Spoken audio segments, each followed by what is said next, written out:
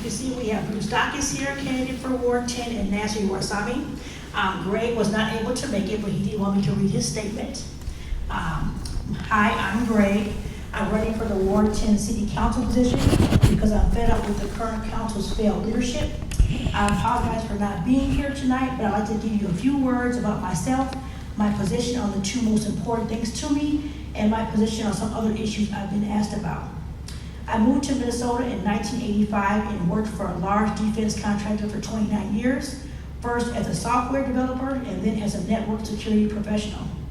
After being laid off, I worked in information security at a large local retailer before moving to information security risk analysis at a large local bank where I'm employed today. I've lived in the Whittier neighborhood for 10 years, first as a renter and now as a homeowner. I love the area. My experience working in large organizations has taught me to collaborate with others and find ways to reach compromise. Listening is a skill it took a while to develop, but it has served me well in my career. My most important issue is public safety. This is literally government's #1 job, and Minneapolis is failing. Our current Ward 10 council member consistently votes to deprive. Stop talking. To deprive. Can you guys hear me? Okay. To deprive police. Deprive police of the resources and support they need to do their jobs effectively. Because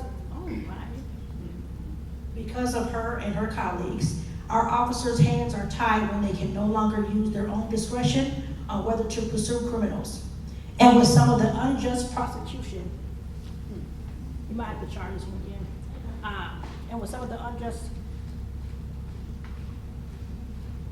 unjust prosecution of officers trying to do their jobs, it is of any wonder our force is down 30% since 2018. With our current district attorney and prosecutors, the batteries on? Let's see. Yeah. I have more. Well, we see new batteries here, yeah. Sorry. Like it's going in and out. But I can talk loud to finish this. With our current district attorney and prosecutors, criminals don't fear prosecution anymore and will be back on the street the next day after they are arrested. It is no longer a deterrent to crime. Although not a Minneapolis issue, I think Mary Moriarty needs to be relieved of her post. My second most important issue is transportation. I am appalled that the council thinks that artificially increasing congestion in the name of traffic calming is a good idea. Wasting taxpayer money by appropriating expensive roadway for the exclusive use of less than 1% of us, the cyclists, is ridiculous. The outsized voice of the biking coalition has harmed us all. Thank you. We need to reevaluate the usefulness of bike lanes and remove any that fall below a certain use threshold. Here's my position on a few other issues. Homeless encampments should not be allowed. There are many reasons a person can end up homeless. Each case is unique. Rent control is not a solution to affordable housing. It has never worked to control housing costs and discourages property owners from investing in their property. I believe that my attachments to the ward, my concerns over issues that should concern us all, my very professional experience and positions of responsibility would make me a better, far better representative for this ward than our current representative. He asked that I read that, so thank you. As you can see, our current council member, Ms. Chucktie, is not able to be here. We did reach out to her several times over the summer, but we did not know that she already had an event planned for this evening, and she made us aware that she did not see the invitation for this event. I did reach out to her again to see if she wants to do another date, but she did let us know that she wasn't available, that she did not see the original document, so that's why she's not here. All right, so we'll get started on some of our questions. We're going to start with Bruce, and Nancy will alternate between the two of them. And again, if you have any questions, please put them on the cards back here. Thank you, Craig. Thank you. And I'm going to give you guys the opportunity to introduce yourselves as well. Thank While you. you're wondering. Ready? I'm Bruce Dotches, and I'm running for Ward 10 City Council, of course. I'm running because there's a vacuum at City Hall with the current councilman that is in office, and I believe that she has done nothing while she's been there other than maybe even not even go into the office. But I had to step up to the plate. Unfortunately, Chris Parsons, who was my #1 choice and I supported, passed away of a heart attack midway right before he was going to file And if you know Chris, he was a lifelong ward resident and in Ward 10 and ran last time for the position. And we were hoping he could run again, but I had to step up because I thought there was a vacuum.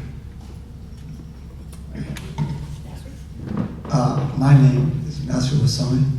I immigrated to this country as a refugee. I was born in Somalia in the middle of the civil war, but I was raised to protect my neighbors. It is the reason why I joined the law enforcement to help, serve, and make a positive change in our community. I've listened to a lot of stories of Ward 10 residents with public safety concerns, and it is the reason, because of that, why I'm running, because we do not have to live like this. And I'm very sorry to say this tonight, that our biggest advocate, our city council member, we don't have here tonight. And stuff like that is the reason why I'm running, because our community deserves better, and they deserve to be represented by someone who is willing to show up when they need, someone who is willing to answer, someone who's willing to pick up the phone when they call, someone who's willing to respond to their email. And that's why my fellow candidate and I decided to do something about this, and that's why we run. All right, thank you. First question, how do you see your role in public safety as a council member representing Ward 10? As you know, the mayor has most power over the police department. We see public safety as three-pronged, or I see public safety as a three-pronged issue. Nasir and I share a lot of the same views. Number one, we have to make the police feel welcome. I think the current administration, and definitely the current council person, she wants to defund. You'll never hear that word out of my mouth. I sued the city to get the defunding language off the ballot in the last election. The police aren't perfect. They need some work. There's no question about that. But we need to make sure they feel supported. Who wants to go to work and hear, all the things that are coming out of the city, and a lot of them from the city council leadership? You're not going to get candidates to fill positions that we need. I wholly support Mayor Fry's efforts, which I think appeared in the paper today, with respect to the Hennepin County Sheriff's Department and adding police officers and sheriffs to our current depleted force. In addition, we have to do more with the unarmed responses, people that can go to many calls the police are going on, so to answer unarmed, to go to the call unarmed, where people will feel a little bit more comfortable speaking or talking or whatever, and they're not violent crimes. Those are the main things that I will do to change what's going on. We do have to work with the mayor. The mayor has the power, but I think the city council can put in effect a program that will be able to help the police feel supported, which I think is mandatory in the city right now. I believe that the role of city council is to set up policies and allocate funding and overseeing the law enforcement agency to ensure the safety and the well-being of our community. And it is raised to 100% to support the law enforcement. There's no doubt that they need a training. There's a lot of room for improvement, and it's always a good idea to bring the community and the law enforcement to improve the public safety concerns that we face. I agree with Bruce when he say that the mayor has a lot of power compared to city councils, but we can always advocate for policies and funding to improve the public safety, and also hire the best and the most qualified officers that can reflect our community. They hear me. Okay, thank you.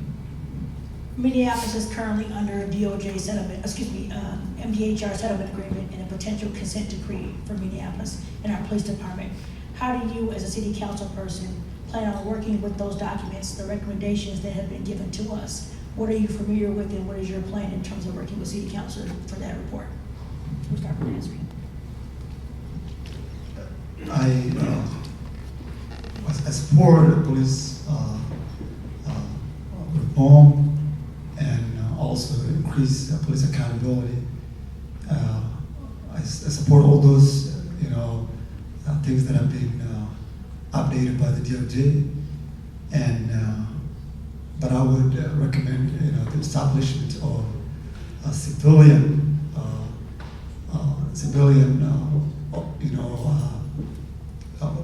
oversight board with authority to authority to review and investigate cases of alleged police misconduct, because this can enhance transparency and accountability and public trust in law enforcement agencies.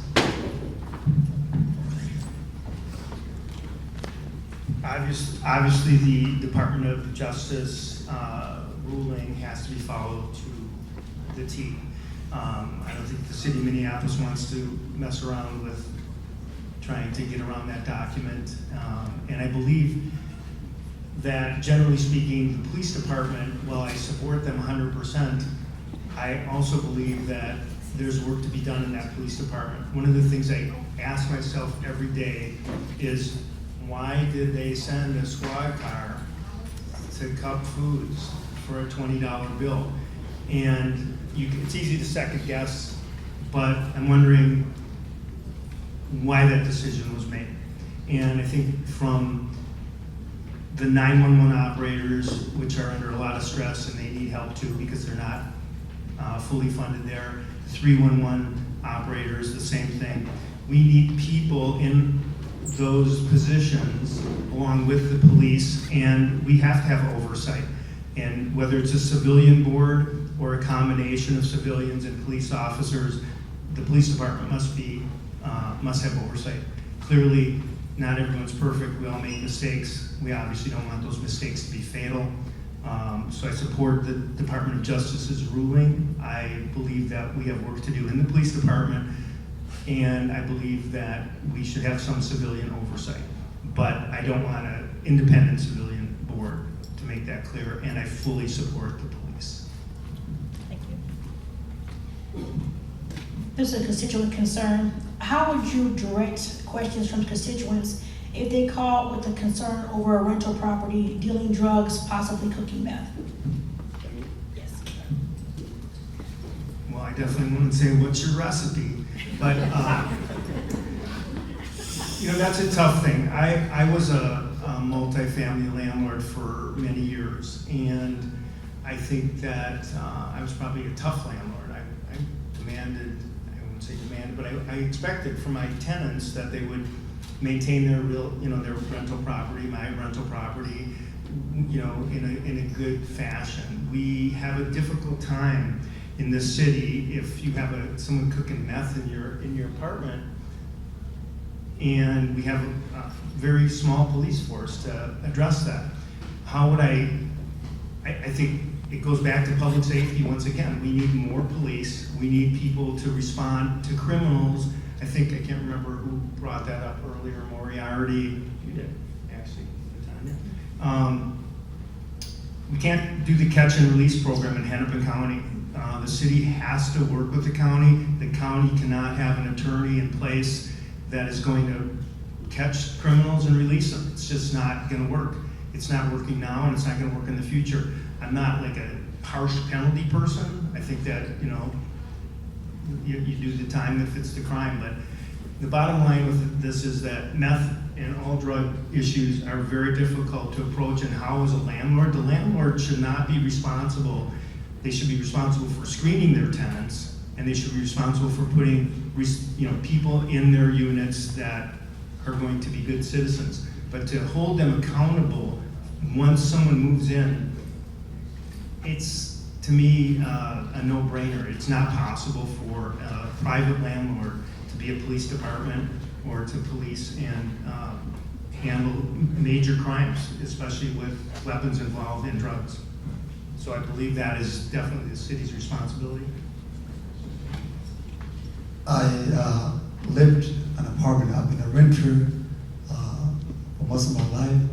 I've lived in an apartment where someone was selling drugs, and every time I came in, I would smell it, and I had a problem with that. And I would say to the landlord, especially I sent an email to the management office complaining about the individuals that were doing stuff like that in an apartment, and there were other families with kids, and I said, this is something that should be, it needs something to be done about it, and but it's also, it comes down to, as Bruce said, and I agree with him, that we need, it is something that relates to the public safety. We need also to work with the police to make sure the people that are doing stuff like that in our apartments to pay the price for what they're doing in our apartment and hold them accountable, because if you want to move in, I think landlords, I've never been a landlord, but I think landlords can also check if someone, if somebody want to move in, like what they, allowed to do or not. Because some of apartments, they have this notice that this is what you're allowed to do in the house or not. So I will support, I will support the tenants and the management of the building, and also to cooperate together to inform the police to make sure that person is kept from doing that. Thank you. How would you bring divergent viewpoints on the issue of public safety, including the mayor, together to have an impact on crimes and safety issues? Excuse me. Repeat that question? Okay. How would you bring divergent viewpoints on the issues of public safety, which also includes the mayor, together to have an impact on crimes and safety issues? Well, I'm not even sure how to answer that, honestly. In my business over the years, I've had to negotiate complex transactions, bring people together that sometimes seem very far apart. The city seems very polarized with the defunders and the people who want public safety, of which both of us agree. I would welcome everybody's input into any decisions that are made. Of course, the mayor has the ultimate authority to make those decisions with regard to the police department and the public safety issues. The council, however, can fund things and make that an easier job, or they can make it more difficult. Constituents, probably many of you here agree with me, and there's probably, hopefully not an equal number that don't, and Nasri, because we sit on the same side of the fence when it comes to public safety.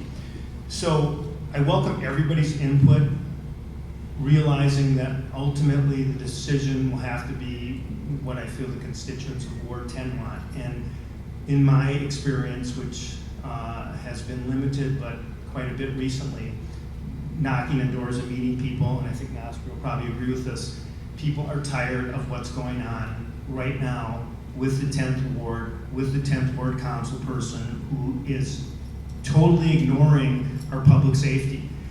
If we don't have public safety, we don't have business, we don't have jobs, and we don't have communities. People have to feel safe in the communities, and they don't. I would welcome everybody's input into that, because everybody has ideas that they can bring to the table that might be relevant and helpful to get a good policy solution.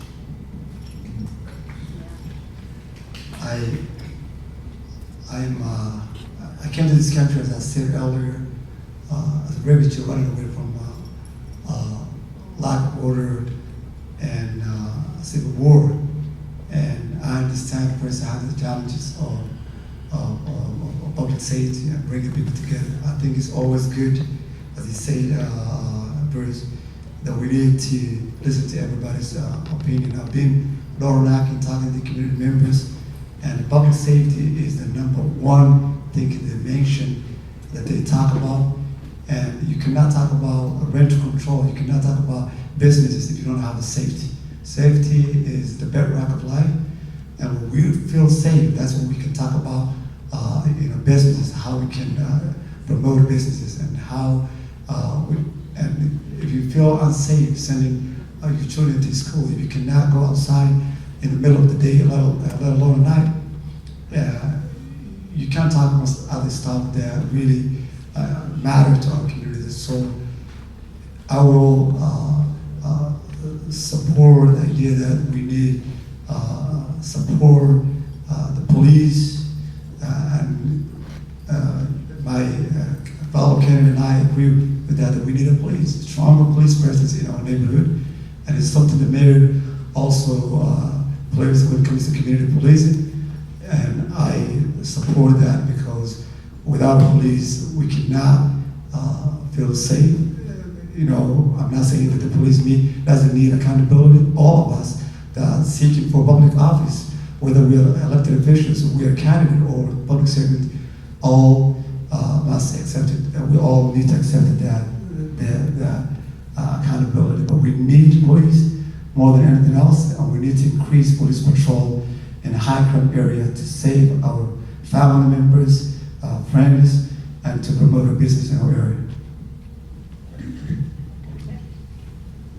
This one was a direct question. It says third precinct rebuild. I think that's all I need to say. So third precinct rebuild, they want your opinion on that. Should it be rebuilt? Well, that's the question. Third precinct rebuild. Okay. I'm a 5th precinct guy. So I've read a lot about the 3rd precinct, and obviously I'm very familiar with the fact that it burned down and whatever. I think it's unconscionable that the council cannot arrive at a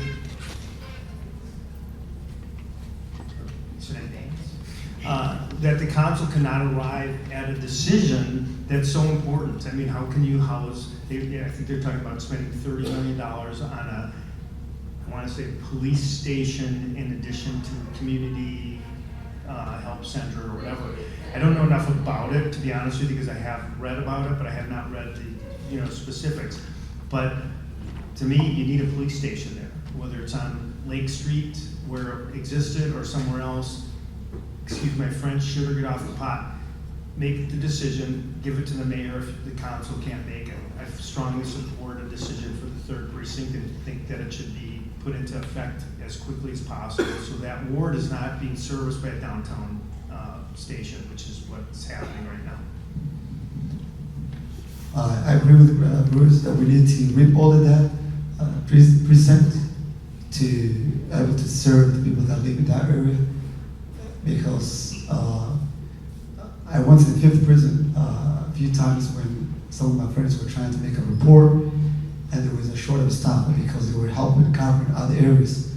So we need to have every ward and neighborhood police presence. So definitely I support that. It needs to be rebuilt.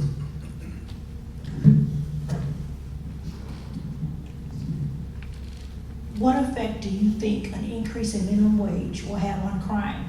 What will it take to make marginalized citizens feel they have a skin in the game?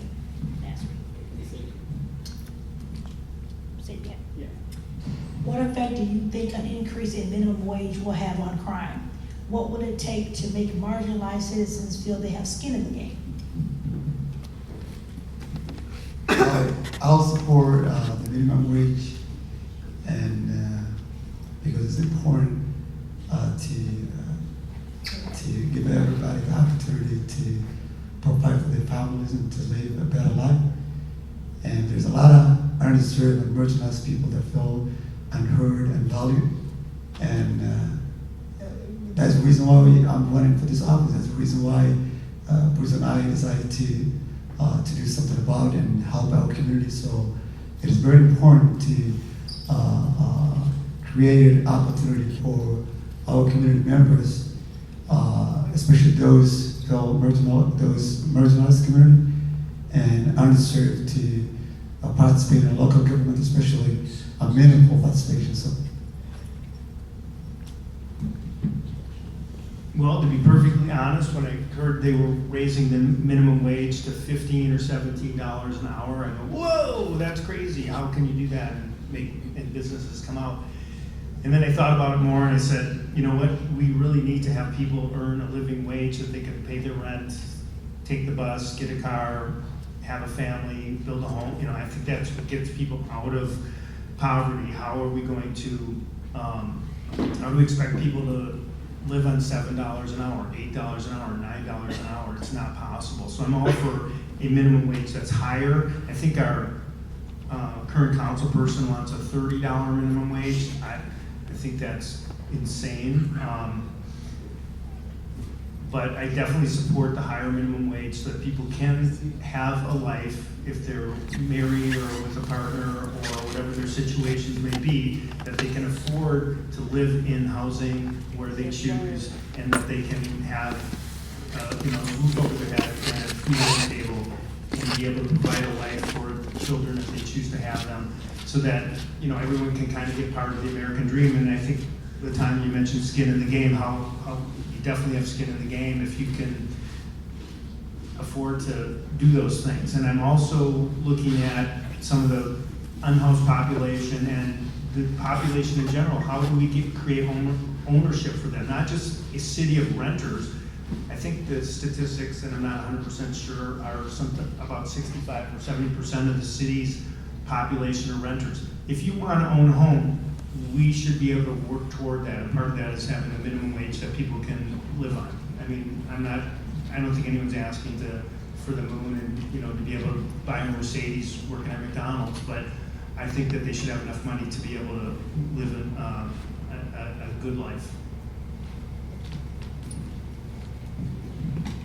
Where is the money going to come from for more cops?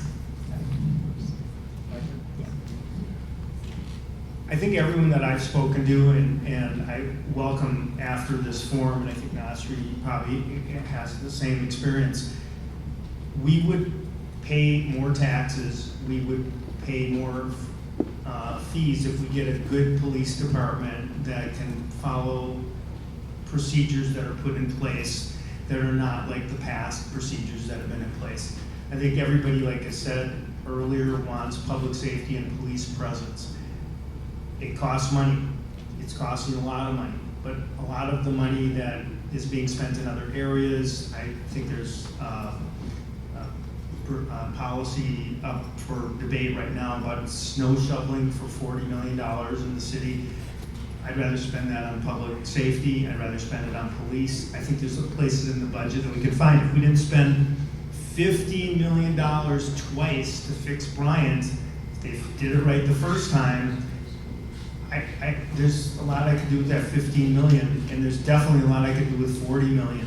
So that's where I would find some of the funds, which I think $55 million probably goes a little bit away to get some more police officers and fund our police department. I agree with him. You know, we spend a lot of money on things that would not matter to our community. You know, we have a lot of public infrastructures that really our community don't need at this point. And what we need is, you know, to cut those money that we spend on the things that don't matter, and more money for the police, to fund the police, revisit the police so we can hire the police officers. I remember when I came to this country, one of my professors when I was a freshman in college, I used to ask him, why do we have all these police driving around when there's nothing happening? And he would say, because of the safety of one person is more important than all this money that we spend. And that's something I still believe in. We need to spend a lot of money on the police, to have the best police officers, to attract the police officers, instead of spending money on projects that do not really matter to our community. Next question. St. Paul has gotten carjacking under control. What can Minneapolis do to follow its lead?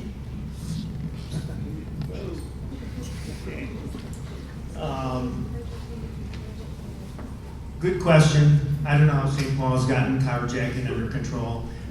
It's definitely not under control here. There's a carjacking, I think about 10 days ago on 26th and Bryant.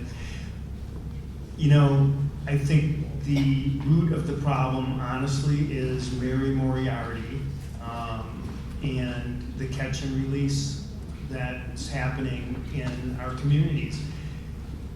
Kids are getting arrested for carjackings. They're put in central booking or whatever, and then they're released immediately. I don't think that the gentleman on 27th and Fremont that actually purchased my nephew's house was on the phone with me the other day, and he told me that, you know, he had a gun in his face last week where they were going to take his car. He put up a little resistance, maybe not the best move, but and ended up, the carjacking occurred a few blocks away. In addition, right next door where my office is, bless you, where my office is, there was a woman's car was broken into. We have it under, you know, on video, and there was no police to come to get while they were trying to steal the car. There was nobody to come to stop the crime. I'm not sure what the answer is to that. I do know that if you take them off the streets, that will be helpful. I'm not sure how people feel about incarceration of teenagers. I'm not sure how I feel about it, frankly.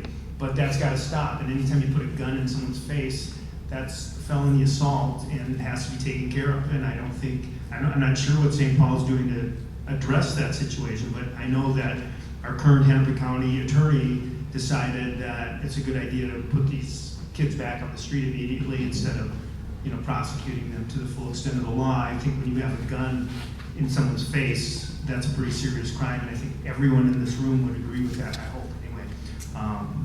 So I would go to the Hennepin County Attorney's Office first and try to get the City Council to have a uniform agreement to force Hennepin County to make some different decisions, or else get a new county attorney next election. I think I don't have a lot to say to those. I think my fellow candidates say the experience and the issues our community faces. Every single person that I meet in the war team, when I'm door knocking, they tell me the same story. You know, I get carjacked. This happened to me a few days ago. One of my campaign volunteers on his way back home get stopped, and at the gunpoint,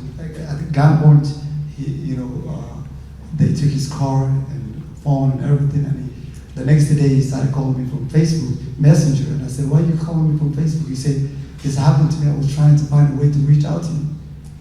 And stories like this are really are dug to the heart. And the juveniles that doing stuff like this, I believe if you're doing a child thing, if you are doing a child thing, that we're going to treat you as a child thing. But if you're doing unchild thing, stealing other people's stuff and damaging properties and carjacking, shooting, then you have to pay the price. And we need to hold accountable those juveniles. You know, and that was something at a very young age I learned from my dad, who was a military general, who told me, you know, behave well, do this. If you don't do this, then this is what's going to happen. So people need to know the consequences, because we don't want people do stuff without absolute consequence. So, you know, the carjacking is an issue that we have. I think we need to also place surveillance cameras to catch or prosecute these culprits, and also increase police patrol in those areas.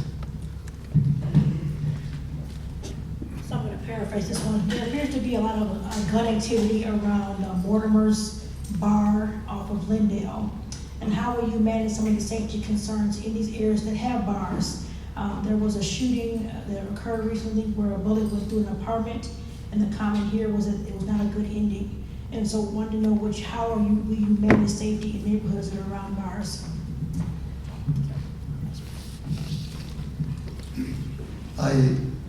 Is that the first time that, you know, the community members heard, you know, incidents like that? There was a teenager that was shot in the head a few weeks ago by Carmen Mall. And when the precinct, 5th precinct police showed up, I was there, and there was no surveillance camera around there. There was nobody that could tell what happened and who shot this teenage girl. And the one that happened in Halloween and the one that you mentioned, all this, they kept happening every single day. But I think we need to mention that, that it's because all these things happen is because of poor leadership. When some of elected officials went on national television calling us to defund the law enforcement and even abolish them, they neglected that this is what's going to happen. Criminals take advantage of where there's no police presence, and also there is no healthy relationship between the police, also the cooperation between the law enforcement and the public. All these things comes down to the public safety, and we need to increase community and law enforcement cooperation and trust to make sure that people are safe, and stuff like that we can prevent it from happening. We need to implement preventive measures, such as community engagement, police patrol, and also a lot of surveillance cameras to catch those criminals that terrorize the community members. Well, clearly Nasser and I agree on a lot of the police issues, so that's a nice thing to be sitting next to an ally. It's not a simple answer. I think if you look to the homeless or the unhoused population law or ordinance in Minneapolis, where it says if you have an unhoused person on your lawn or in your yard or in your garage, then put up a fence and hire private security. That's actually true. I read it and I'm going, no way, that's like someone made that up, it's a letter to the editor.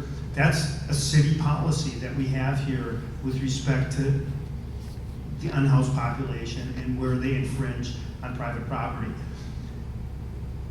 Mortimer's, I think that was the bar that you mentioned, which is on Lindale and Franklin, right? I don't hold the bar owner responsibility for a patron that walks in. Obviously, they overserve, that's their responsibility, and they need to look at their license if that's a case that's occurring frequently. I'm not sure you can prevent someone from going in to have a cocktail, at least so far. I don't know if Aisha will change that or want to change that, but I think you have the freedom to go into a bar. I think you have the freedom to have a appropriate whatever amount of alcohol that you want as long as you're following the law and you're not driving intoxicated. It's a dangerous slope when you're requiring private citizens to police and be responsible for public safety. I don't know how you're going to do that. I think you get vigilantes. I think you have a lot of problems if you rely on businesses to be able to provide what really should be done by the city, and that's police protection. Clearly, I feel for whoever's at Mortimer's or lives by Mortimer's and has that problem. Same with the CC Club up the block on 26th and Lindale. Same with Cowboy Slims, I think, or whatever was up here on Hennepin and Lake. Those problems exist. Is the ownership partially responsible? Probably. Should they be responsible for their police and protection and watching every patron that comes in? I don't even think that's realistic. That's why we have a police force. That's what they're there for. So I'm not sure what that answer is, quite frankly, but I don't think you can hold the bar owner totally responsible. I know that in North Minneapolis, there was just a shooting, actually a killing in the 4th Street Saloon, I believe, that just occurred.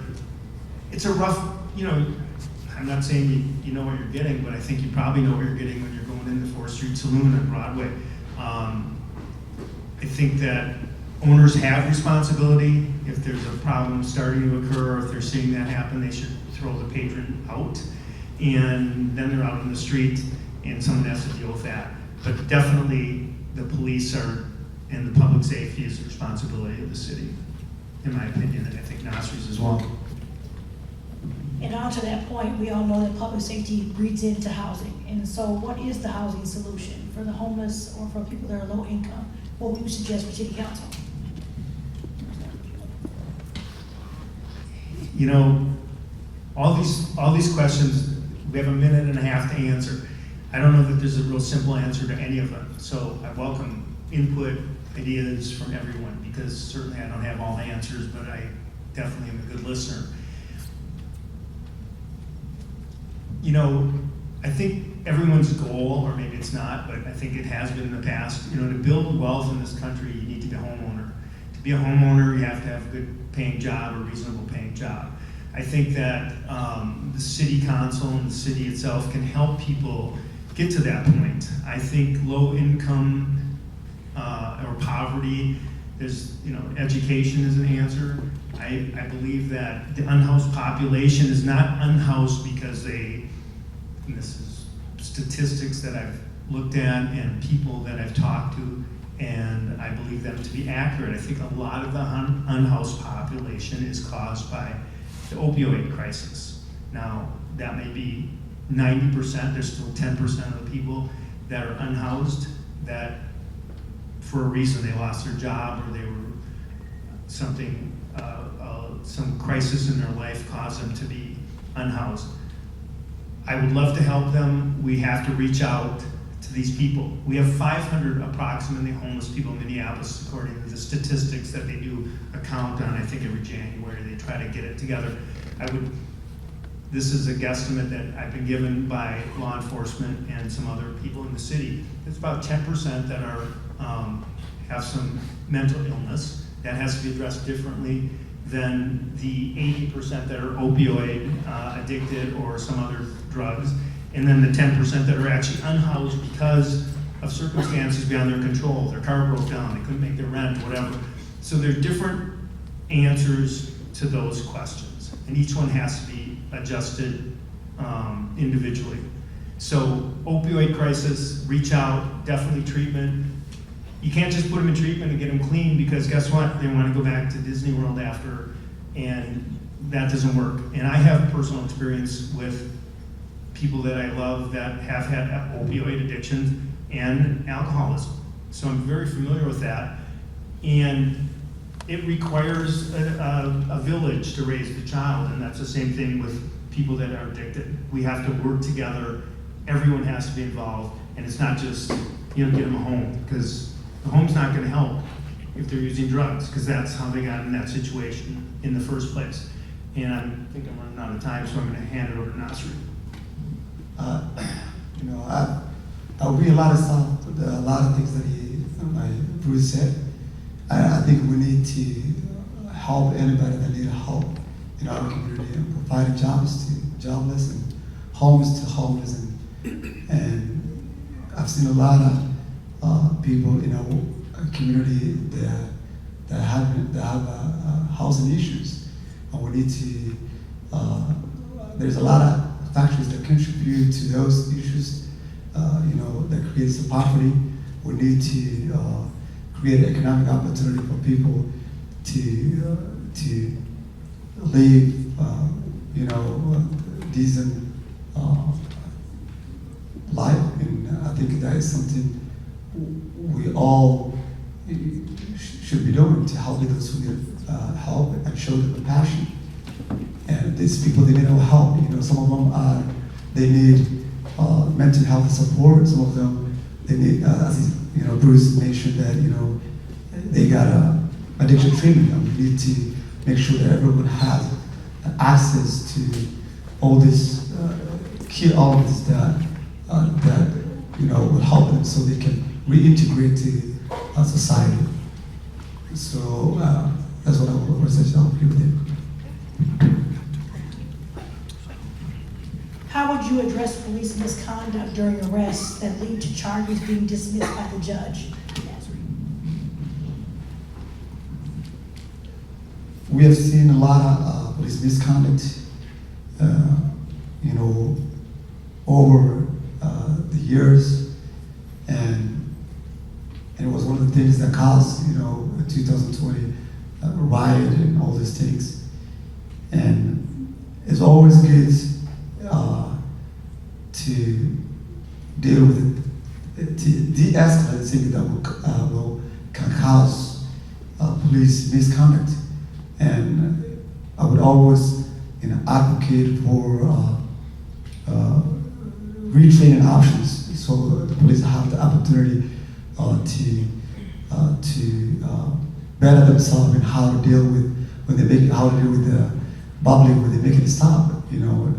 It's not police misconduct. It's not something that we can ignore, and I think that is one of the things that cause public mistrust in law enforcement. I think it's something that needs improvement. And as a city council member, I will always support the idea of training the police and making sure they stay away from any police misconduct to deal with the public when they make a stop. Tanya, can you repeat that, please? If you don't mind. How would you address police misconduct during arrests that lead to charges being dismissed by the judge? I agree with most of the things Nasri said. Police misconduct cannot be tolerated. Some of the settlements that we've paid, and it's not just a money thing, it's when you get beat up at a stop for no reason. The thin blue line has to get really fat. We need to be able to throw police officers off the force, or make sure that they're punished, or maybe taught accordingly so that they don't do that again. Having said that, I want 100% support of the police, but if they make a mistake and it's a serious mistake, and that's not like I arrested somebody and the judge dismisses the charges, if there's any violence involved and they're acting inappropriately with respect to the crime that has been committed and or the person who's been arrested for, they need to be held accountable, period. We're in this situation in this city because accountability has not been part of the police department forever. So I think his name was Kroll, who was the head of the union. Glad he's gone. I think that's a big step. I think we have a new chief. Jury's still out. I hope that he rises to the occasion and performs admirably as we expect him to. But if there's police misconduct, just like your child that throws a rock through a window, there's repercussions and there's consequences, and the consequences have to be put on the people that are doing the misconduct.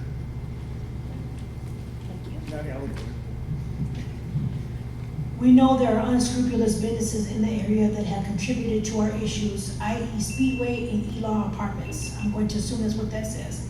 How do you plan to hold businesses to account for their role in safety?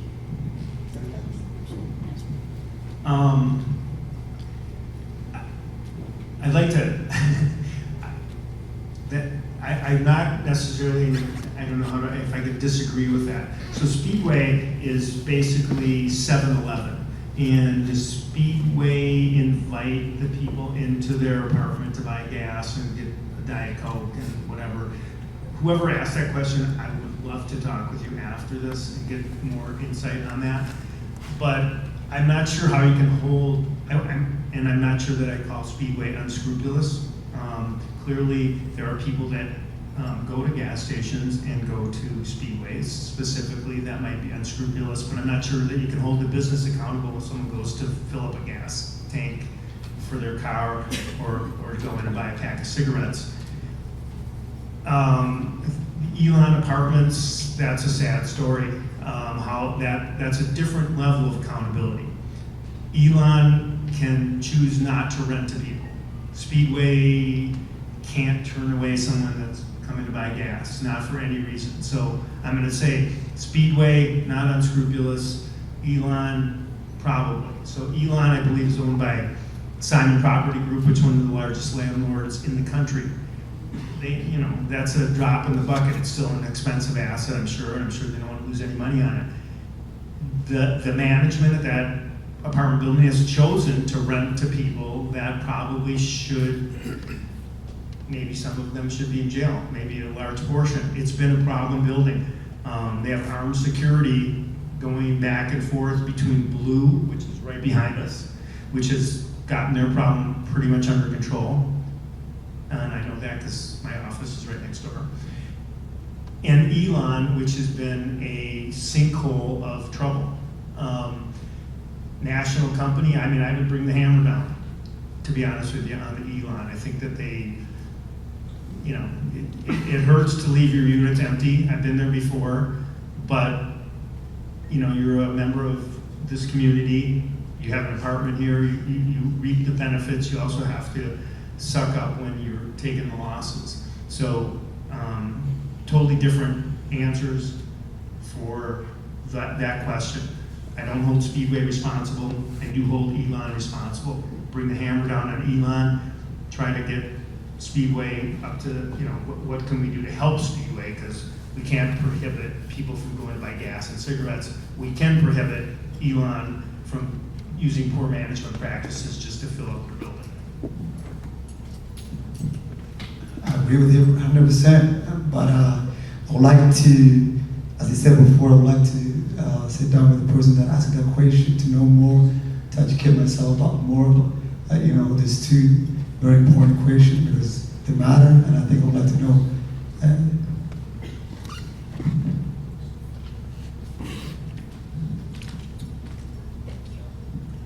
What will you do as a city council member to get guns off of the street?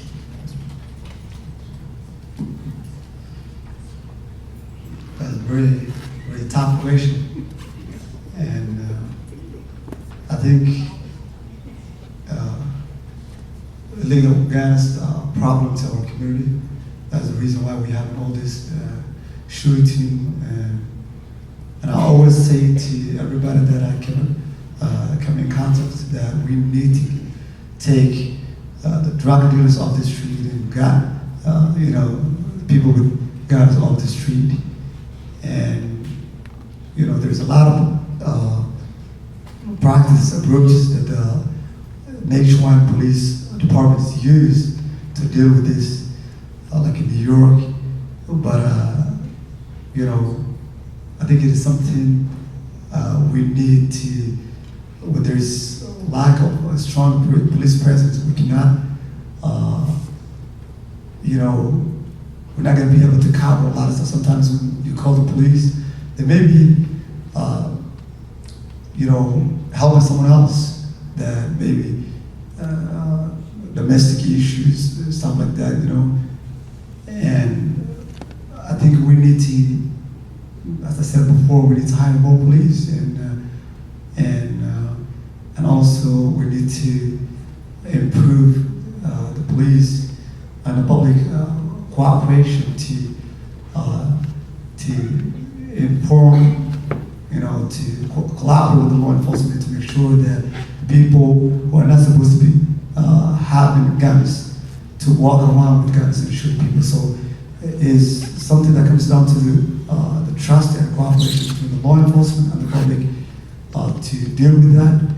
You know, the police cannot do they cannot do something by themselves.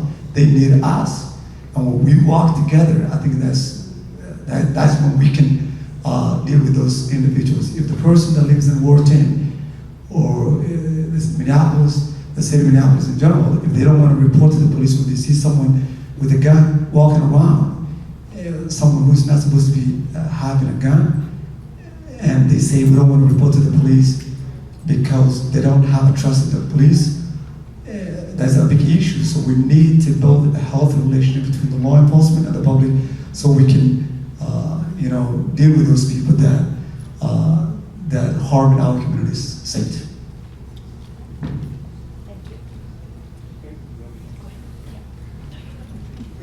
I think my time is up.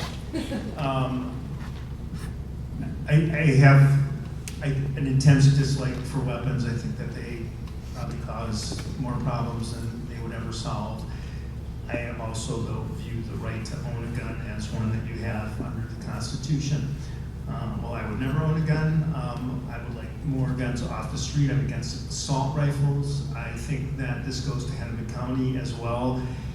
You know, we cannot prosecute gun crimes, especially illegal gun crimes or gang gun crimes, enough. And I don't know if there's a disconnect with me and my, I know there's not a disconnect with Nasri, but, you know, with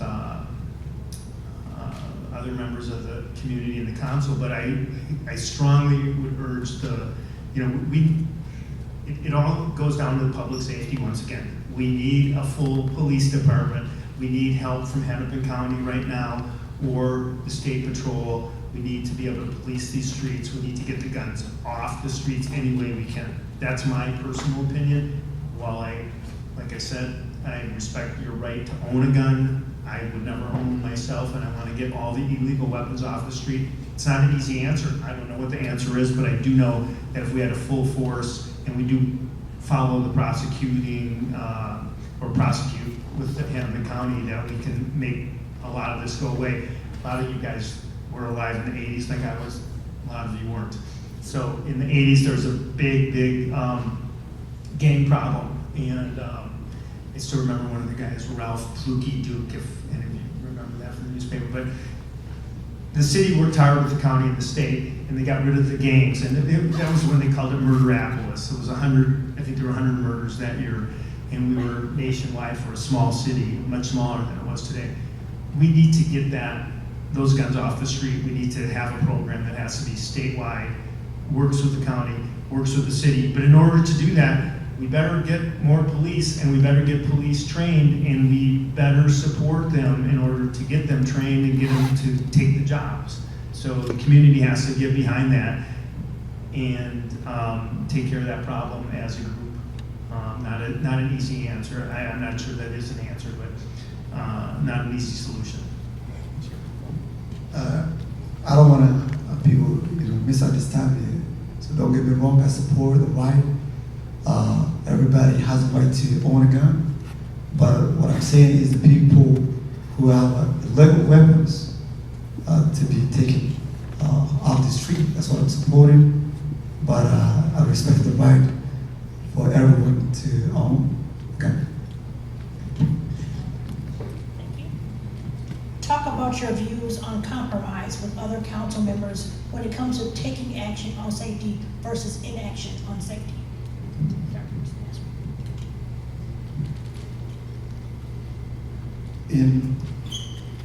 Throughout my life, I've been working with individuals with different opinions, and it's very important to cooperate with individuals, with such folks, in order to get the job done. Sometimes it's not easy, but you have to find a way to help your colleagues. And I will, when it comes to public safety issues, I think we all serve the community, and what the community matters is what matters the most. What the community wants is what matters the most. So I think I will, if Ward 10 community have public safety issues, and that is number one thing. It is something that I have to address with my other city council members and convince them that this is the issues that my community has, and they need to support, because that's why we are elected officials, because we are public servants. We're doing what our community needs us to do. We're not just coming up with something of our own. It is something that we do to the community, and it's going to work out. No matter what, we will find a way to convince them the public safety issues. Please, public safety.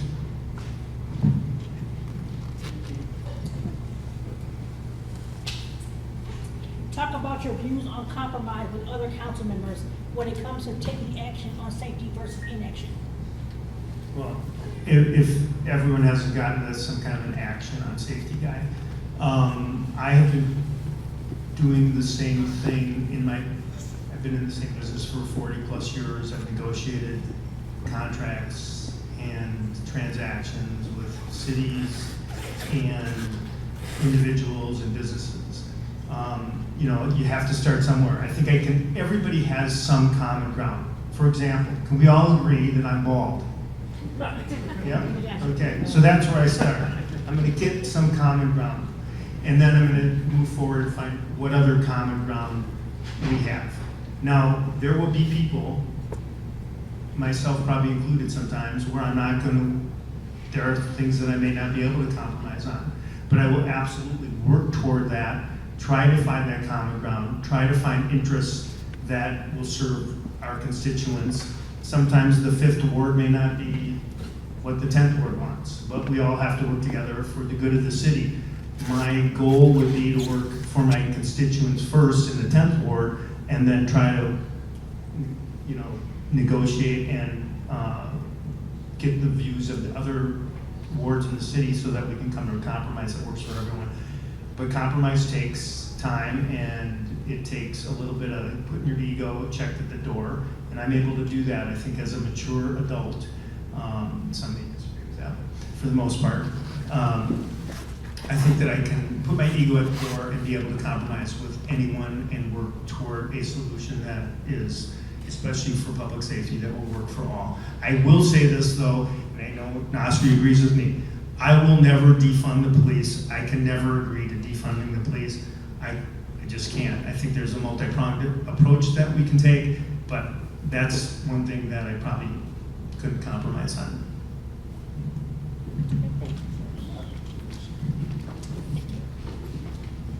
As a member of the city council, how would you do your due diligence to make sure when the council is presented incomplete and incorrect information, such as the 3rd precinct, how will you make sure it does not harm? I think what you said is when the council is presented incorrect information, specifically regarding the 3rd precinct, how will I react to that? Yeah. Well, if I know the information is incorrect, I won't react at all. I will say we need correct information, we need information that's accurate, and we need information that, you know, we can count on before we make a decision. How can anyone make a decision if I'm studying for a test but I don't have the right study guide or the right information? How will I ever be able to make a decision? It's impossible. So I would call out whoever's giving me the information, make sure that they go back to the drawing board and get what we need so that we can make educated decisions so that they will benefit the city and not be a detriment. And I think the 3rd precinct is a classic example of what our current student council is doing. Why can you not agree that we need I get there's a difference of opinion, but we're gonna replace the 3rd precinct. So let's figure out where that's gonna go. If it's a block away or 2 blocks away or whatever, but it has to serve the community and we need to get that done. We're doing a major disservice by not having that happen, and I think I would probably try to sway the other council member or council members that this has to get done, at least so we have a majority, so we can get the building going in a place that will be comfortable for all. And I realize there's a lot of hurt in that neighborhood, as there is in the entire city, and I would not want to have someone compromise there if it's a real PTSD issue for them. But we still need to work on a solution, and the solution must be that we have to have accurate information to make a decision, and we have to hold those accountable giving inaccurate information so that we can make a good decision. I agree with Bruce 100% because if you provide, if someone is mentioning inaccurate information, we need to face that person and tell them that this is not the right information. And I think when you present the truth and practice, I think they will prevail. And you got to find a way to tell the people, especially your city council members, that this is the right information. And we live in a world today where everything is on social media. So you cannot make up a story, a false story, or you cannot tell people false information, because everybody will check out that, will verify. So it's always fine. It's always good to make sure that we're not telling people wrong information, and I agree with him, Bruce. All right. What actions would you take to reduce the $14 million per year the city pays out in civil lawsuits due to police misconduct?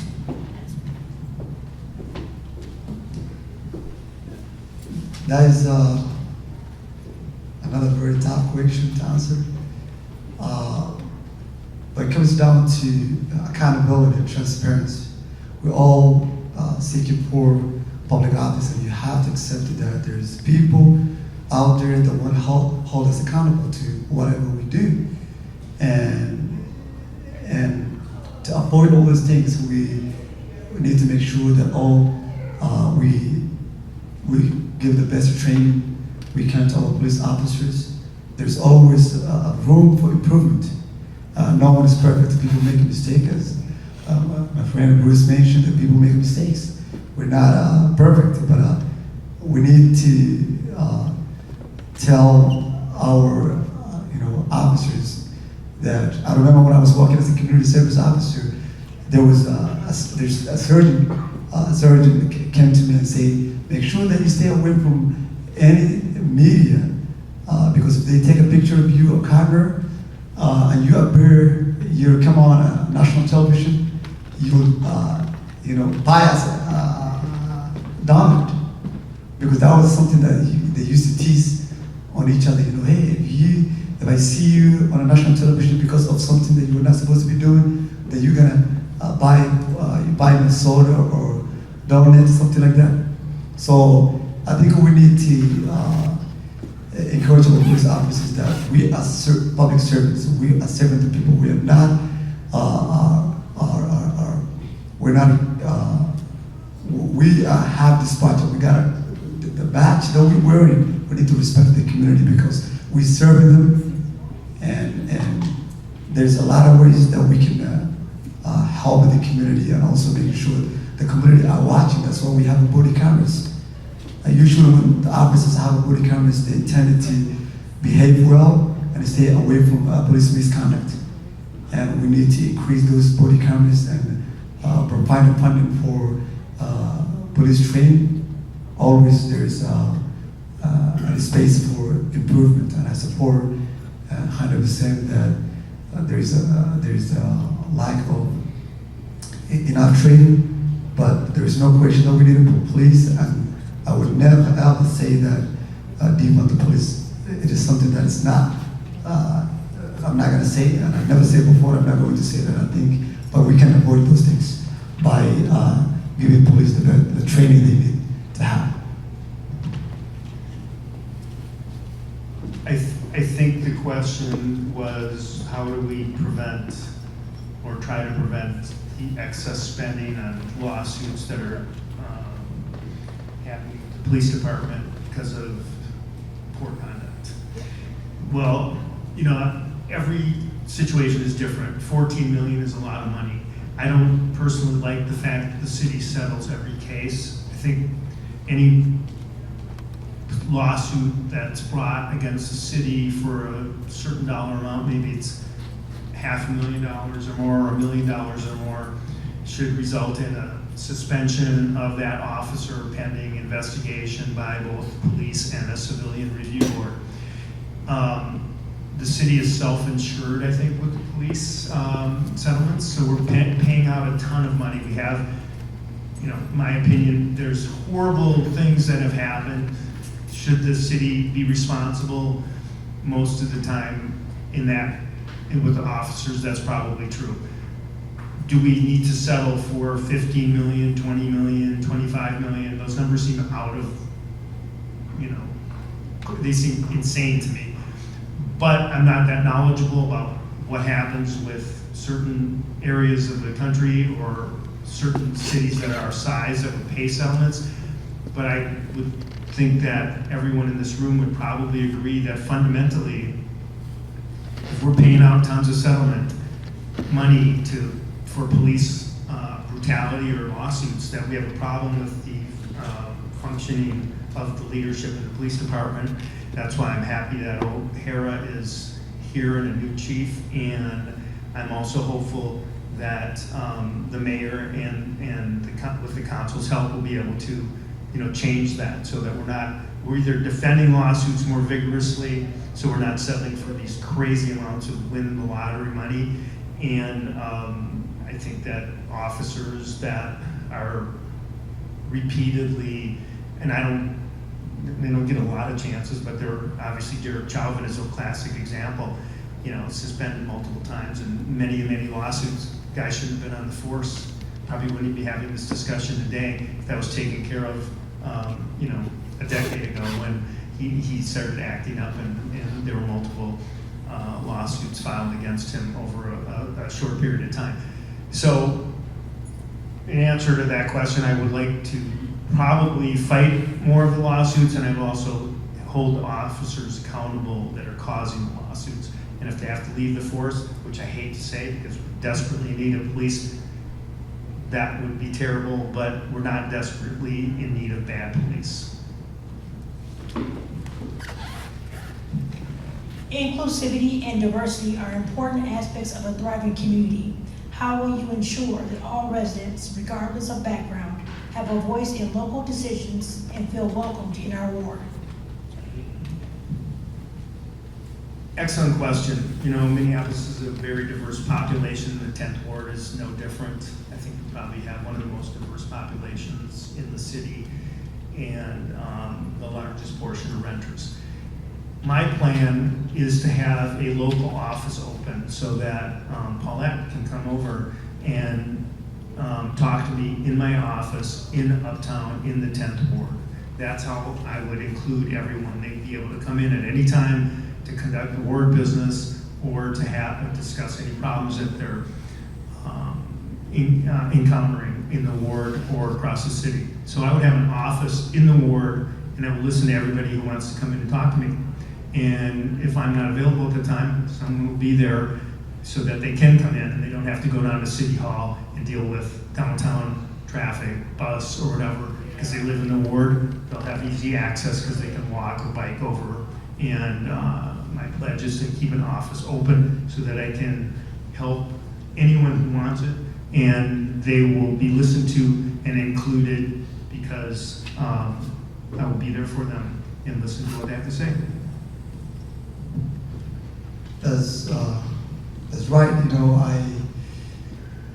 agree with him that it was my plan to open an office if I elected, so our community members have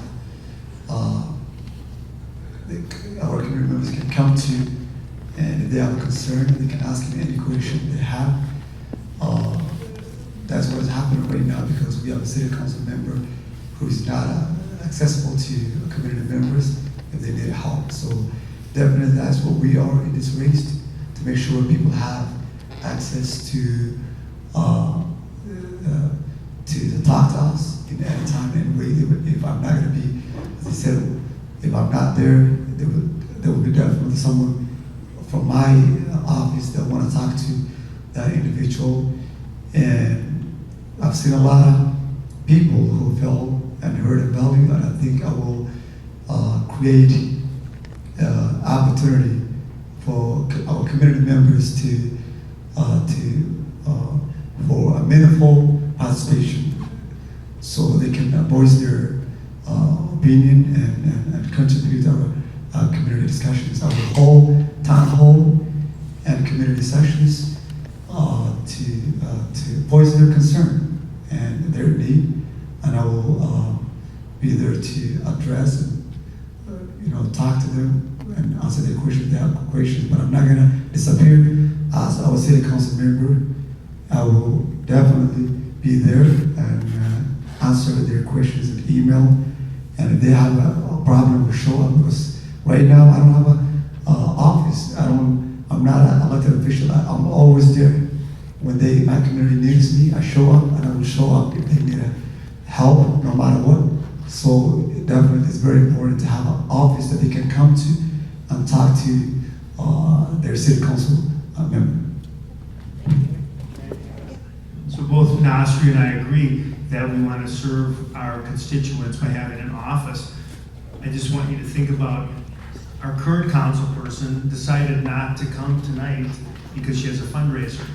This is a public safety forum. It appears to me, and I think Nasri agrees with this, it's the number one thing that people are concerned about in Ward 10. The number one thing. No show. Thank you. This is for Nasri. Can you talk about the convention and what did you do about what happened at the convention?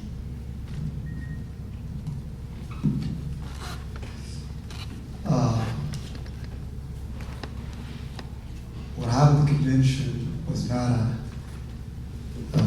first of all, I want to take this opportunity to apologize to every single member of our community, to all of you who felt bad about what happened at the convention. It was my first time I went to the convention. I've been volunteering, helping people that were in office, but that was the first time I attended a convention. And I had someone who was acting a campaign manager who told my supporters and delegates and I that he has a huge experience in how the conventions run. And he misled all of us. And some of my delegates went bananas about the process because there was a language barrier, there was a translation confusion. So they get mad about what was going on. They felt that there was a dilution between my opponent and the folks that were in charge of the convention. And it was the reason why that happened. It's not something that I excuse him for. I apologize to every single one of you, to apologize to our Ward 10 community members. Convention is a place where people come together and express their opinion freely, democratically, without being harmed. And I say before, and I'm going to say that I don't condone violence. I don't support violence, and anyone who participates in violence should never call themselves a supporter of mine. And I will criticize. I'm someone who came to this race, who decided to be a part of this election because of public safety. Someone who's coming from law enforcement background, so I don't support violence. And I'm very, very sorry about what happened. And I apologize to all of you and to all the people that will be watching this event and to the Ward 10 community members. It is not something that I was responsible. Had I known that I was responsible for the actions of my supporters, I would have come prepared to take action. So I'm sorry.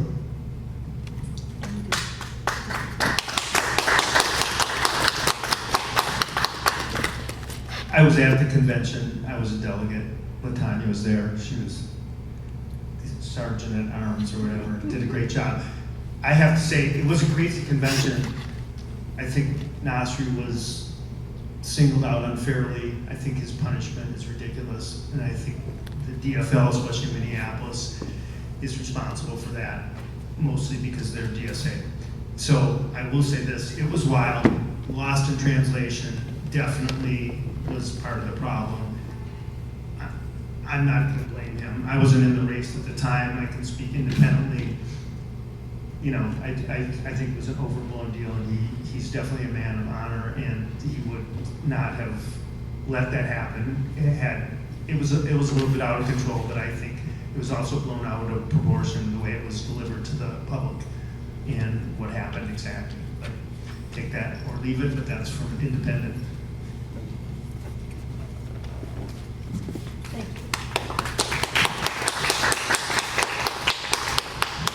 This is a concern from a constituent.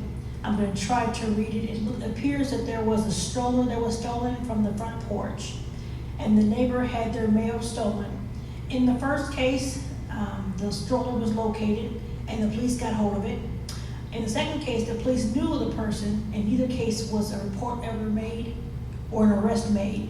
Do you think it is important to consistently prosecute these types of nonviolent offenses for public safety in Minneapolis?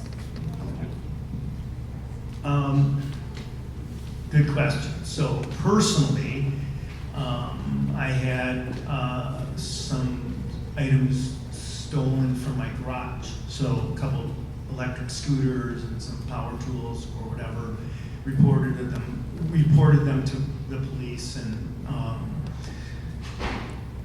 if they were recovered, that would be great. I think the livability of the city is dependent on prosecuting major crimes. If you're safe walking the streets, I don't think you're gonna worry too much if your bike gets stolen. You're gonna be pissed off. I was pissed off, but it's not gonna ruin my experience in the city. The safety issues that we talked about earlier definitely do. I don't wanna honestly clog up the court system with someone's stolen stroller or mail. I think that if we address the public safety first, we take care of or do our best efforts for the opioid crisis and get a lot of those addicts off the street. I think that's the people that, and I have no statistics regarding this, it's just a guess, just based on who came into my garage and took my things. If we can help the addicted, they're not gonna steal things so they can pawn them, and they're not gonna go into mailboxes. Are you gonna get the taggers still coming out that kind of destroy livability? Sure. Are you gonna get people taking your stroller or taking a bike if you leave it out unlocked? Probably. It's the city. We live in a big city. We live in an urban area, a lot of close environments. There's people walking around all the time. So I guess the short answer, or that was a long answer, is I probably would prosecute those crimes because I want to keep open the prosecutors and the courts for the serious crimes that we have, and hopefully lessen those and incarcerate people that are causing major crimes to occur. I agree with Bruce. Everyone who's harming our community, I 100% support that they need to be held accountable. If you want to take and steal people's stuff, we're not going to let you get away with that.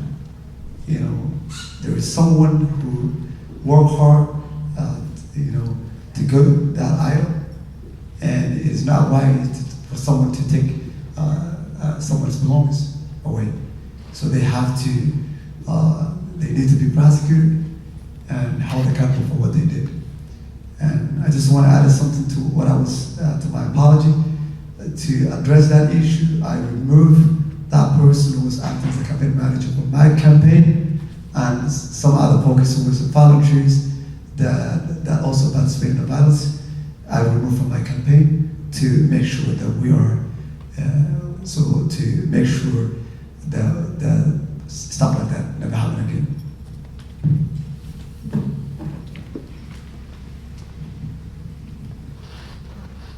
Since you want to ask, what will you do about the gang problem here in Minneapolis? How would you support the police in working to try to figure out the gang issue in Minneapolis? That's a difficult question, as most of these have been. Like I said earlier, I went back to the 80s where they had a huge gang problem, which required the cooperation of both the state, the city, and the county. And that is probably what's going to be necessary here as well. The city does not have the resources, the county has the resources, being the wealthiest county in the state. And we need to work with state agencies and county agencies to combat the gang issues.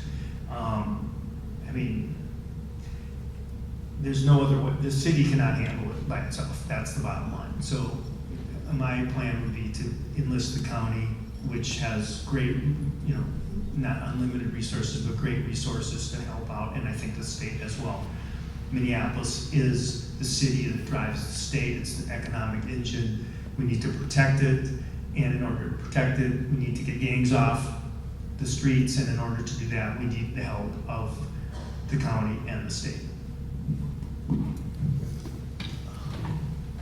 Well, what I would add, to what my fellow candidates say, and I agree with him, it's a huge thing. This is not something very simple. It's a big problem, and it's not something. If we try to solve the public safety issues, the if we try to deal with these gangs in a Ward 10 area, and they're coming from a different wards, we need to, I think this is something that can start from local to the state, to the county, to address this issue. It is something that's happening all over the Twin City, and it's something that needs a collective effort to deal with it. It is not something that a ward or a specific community can solve. It is something that needs all people's attention, all people's effort to deal with it. And I 100% agree with him. Thank you. So you guys have talked about the police in dealing with challenging populations in Minneapolis, but what about programs? Do you want to set up more programs in the community to help the homeless and people that are dealing with opioids? And if so, what? Sorry, answer. We cannot solve every single problem with police interaction, police involvement. I believe I would focus on other factories such as after-school programs, mentorship initiative, and job opportunity and community engagement. I believe what I would do if elected, I would allocate funding to establish a youth center providing educational and recreational opportunity to steer youth, especially the juveniles, away from the criminal activity. There's a lot of things that contribute to people to become homeless, and we need to create economic opportunity for these people to stay safe. There's a lot of, I will advocate policies and funding to support the homeless individuals. A lot of these people, they're suffering from mental health, they need mental health support and addiction treatment. So we need to make sure that they have access to all this, to social services, and also to implement preventative measures such as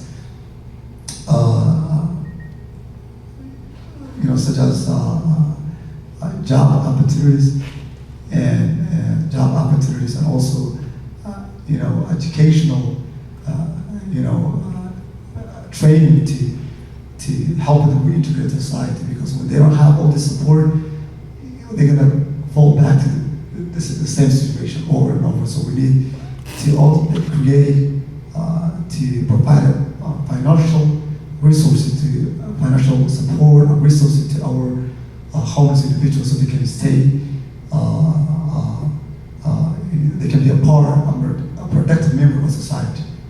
And I will support in any way I can to make sure these people get the help they need and to support themselves and their family members, and they stay away from being homeless. Tanya, can you repeat, please? I think I have it. Down there in my file.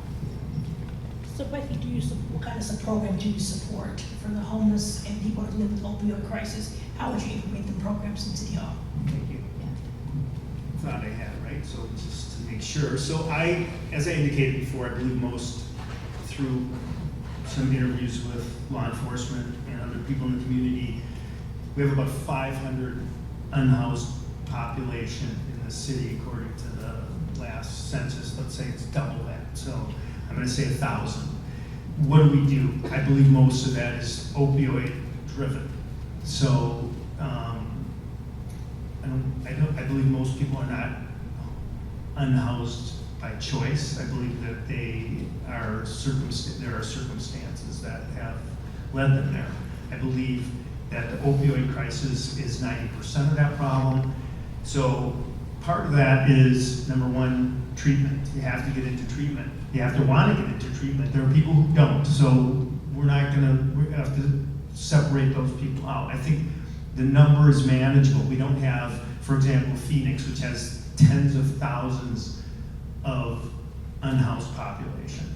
We have 1,000 people. We can almost deal and my idea was during the homeless encampments that were present during the pandemic, was police, social workers, mental health professionals that can identify who has mental health issues, who is homeless by choice or unhoused by choice, and who has drug addictions. So I think you can reach out to every bit of the unhoused population. We can find out what problems they have. Are you on drugs? Is that why you've chosen to live outside? Is that why you're forced to live outside because you have an opioid or other addiction? If that's the case, by the way, not that I'm aware if she doesn't, but I'm just looking that way. So I'm gonna say, hey, I wanna get you into treatment. We will provide the treatment for you so that you can get clean. We then have to retrain them so they can go back into society and get a job. And then after that, we need to be able to find safe housing so they're not exposed to their addict life again. Difficult, but not impossible. So my goal would be to initiate programs that are three-pronged. Clean up, train, house, become a productive member of society. Not easy, but right now we're not doing that. Right now we don't have a three-pronged approach. I don't even know what the approach is, but it's definitely not working because our unhoused population is growing and the opioid crisis is, I saw a chart the other day, 20 years ago cocaine was the big deal, and now you see opioid addiction skyrocketing. It's probably 5 or 10 times more opioid addicts than there were cocaine issues 20 years ago. We need to address that first. No one is going to have a home if they're on drugs. No one is going to remain in a home if they're on drugs. No one is, we're out of battery, I think. No one. Anyway, Sorry, I must be body more, sorry. Are we good? Okay. She goes, time's up. So, three-pronged approach, that's what I would do. I try to get professionals in to interview and go through every bit of our population. I don't think 1,000 people is undoable, and I think that we have the resources and we can commit the My batteries. maybe If it's not too long. maybe it's time to go home. I know that. So I do want to ask the I last vote. question. Yeah. I'd like you guys to wrap it up and just say in terms of why you're running for office and what you can bring to this ward with all the public safety concerns that are currently going on over here. Just kind of wrap that up for the audience, please. We don't have, I guess we don't have, we can do Like it. me. All right. I try my best to make sure that you can.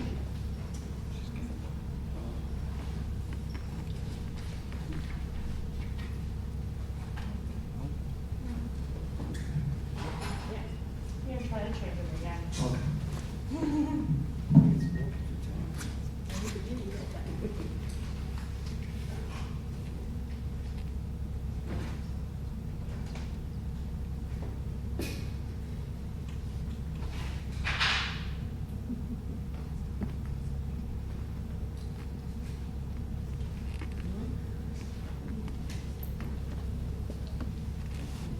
Thanks everybody for hanging in, by the way. I know this is long, a lot of questions, so appreciate it.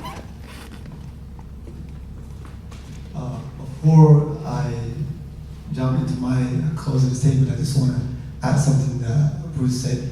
I think we're gonna be screening. Yeah, maybe all these batteries are bad, I'm sorry. I'm gonna speak this. Stand up Yeah. and speak to them. I will. Yeah. I've been reaching out to traditional and especially the faith leaders to help the youth with mental health, that need mental health support, addiction treatment. When I started, my campaign, that's something that I realized that a lot of people in our community, especially the youth, that need help with that. So I've been reaching out to the youth. I've been reaching out to the faith leaders, traditional leaders, to listen to these people. A lot of them, they need our advice. A lot of people need our attention, and we need to listen to these people. So talking to them will make a difference. and that's what I've been saying. We don't want to disconnect ourselves from these people. You know, they really desperate for our help. We need to help them in any way we can. I just want to conclude with that. I want to say this. Thank you so much for coming out tonight. And this is my first ever, public forum. I think I learned something from it. But I want to say to you, my name, Nestor Wasami. I'm running for Minneapolis City Council for Ward 10. I believe in honesty and transparency and accountability. I will, and I'm not here to tell what Ward 10 residents what they want to hear, but I'm here to work hard and use my skills and experience to make a real difference in our community. I will always put the needs of our community first, and I believe I understand, because I believe I have ideas to help and make a positive change in our community. I'm someone that you can always count on, someone that you can ask questions, someone that you can hold accountable. I said this before, and I'm going to say again, I'm not a career politician. I'm just someone that cares about this community, and I care deeply about the safety of our community. And I will always prioritize the safety of our community because that is the bedrock of life. I would not be here tonight if my country was safe. I ran away from Somalia because of safety issues, and I don't want that. I don't want anybody to feel unsafe living in Minneapolis, especially in Ward 10. I want everybody deserves to be safe in their houses in the streets. And I don't want our community members to feel uncomfortable walking their dogs in the middle of the street because there's this homeless individuals, there's this incompetence. I believe they deserve access to safe and affordable housing. I will increase the availability of new affordable housing options. But we need to save and protect our residents because they are very important to us, and that's why I'm running. We need to make sure that I met this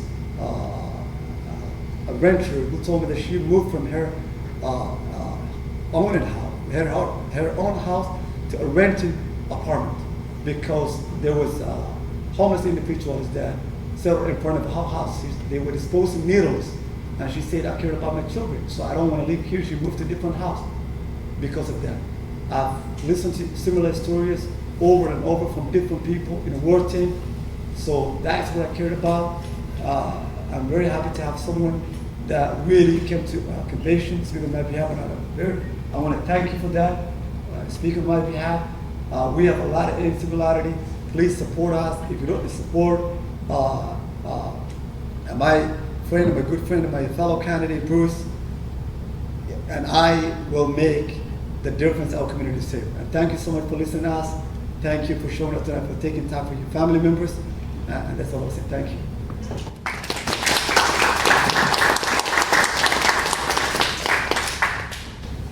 Well, I've lived in the Minneapolis area my whole life. I've had a business up here for 40 years in Uptown, actually across in Kenwood for a few years, but mostly Uptown area. Guess what? This is not my dream job. Why did I do this? People ask me. Cameron, who is Nasri's campaign manager, her stepmom's a psychiatrist. I happened to call her on the phone and discuss it with her, and I was wondering if the first question I should ask is, can you treat me?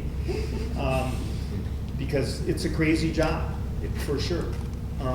But I want people in my neighborhood, my office building, and the ward in general to feel safe when they go out.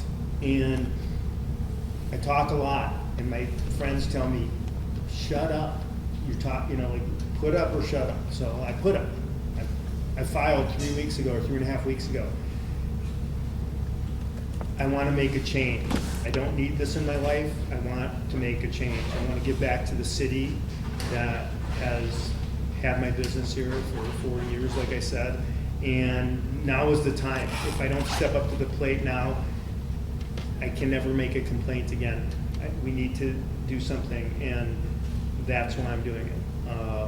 Nasri and I share a lot of views that are similar. If you choose to make a vote for either one of us, if you vote for me number one and him number two, or vice versa, I'm good. If Nasri's elected, I will help and mentor him. He's a young guy. He could probably use a little of my experience. I'm an old guy, could probably use a little bit of his exuberance. But we want to make a change, both of us. And the current council, which is not really answering the question, doesn't do shit in this ward. Nothing. And she now has come out in the last week or two with, you know, emails, hey, this is what I've done. Well, you know what? I haven't heard from her. I can't get a phone call back. Why am I doing this? Why is he doing it? Our community is suffering because we're not getting any response from our council person. If Nasri's elected or I'm elected, you will get a response. You will have a community office where you can visit. You will be able to get things done. Now, well, can I promise you the moon and the stars or whatever? No, my number one thing is going to be public safety, and I'm going to prioritize all of the things that I want, and that's public safety, bringing back business to Uptown, taking care of or trying to take care of the opioid crisis, which I think will help with the unhoused population. Can I go 5, 6, 7, 8? Sure, but I'd be bullshitting you.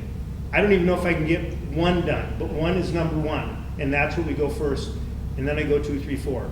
And I'm in it because I want to make a change, and I want to make a positive change to the neighborhood I love, that I used to scoot around to 40 restaurants just a few years ago. Now businesses are closing. No offense to those of you from Motown, Uptown looks like Motown. It's a desolate, businessless area that our council person currently doesn't care. I mean, what are you doing? Shouldn't we be promoting business to get back in there? Well, who's going to go there if you don't have constituents to go? So that's why both of our issues are public safety first. Everything else will fall into place. It's not an easy job. It's not going to get accomplished overnight. I will tell you that I will work on it diligently until it is accomplished. And I think it can be done in the 2 years that we have before the next election. And that's what I will promise you. Thank you guys for coming out. We truly appreciate you. If you notice on the back, there is stickers. Ward 10 does have their legal voters forum on Monday from 6:30 to 8 p.m. The doors open at 6.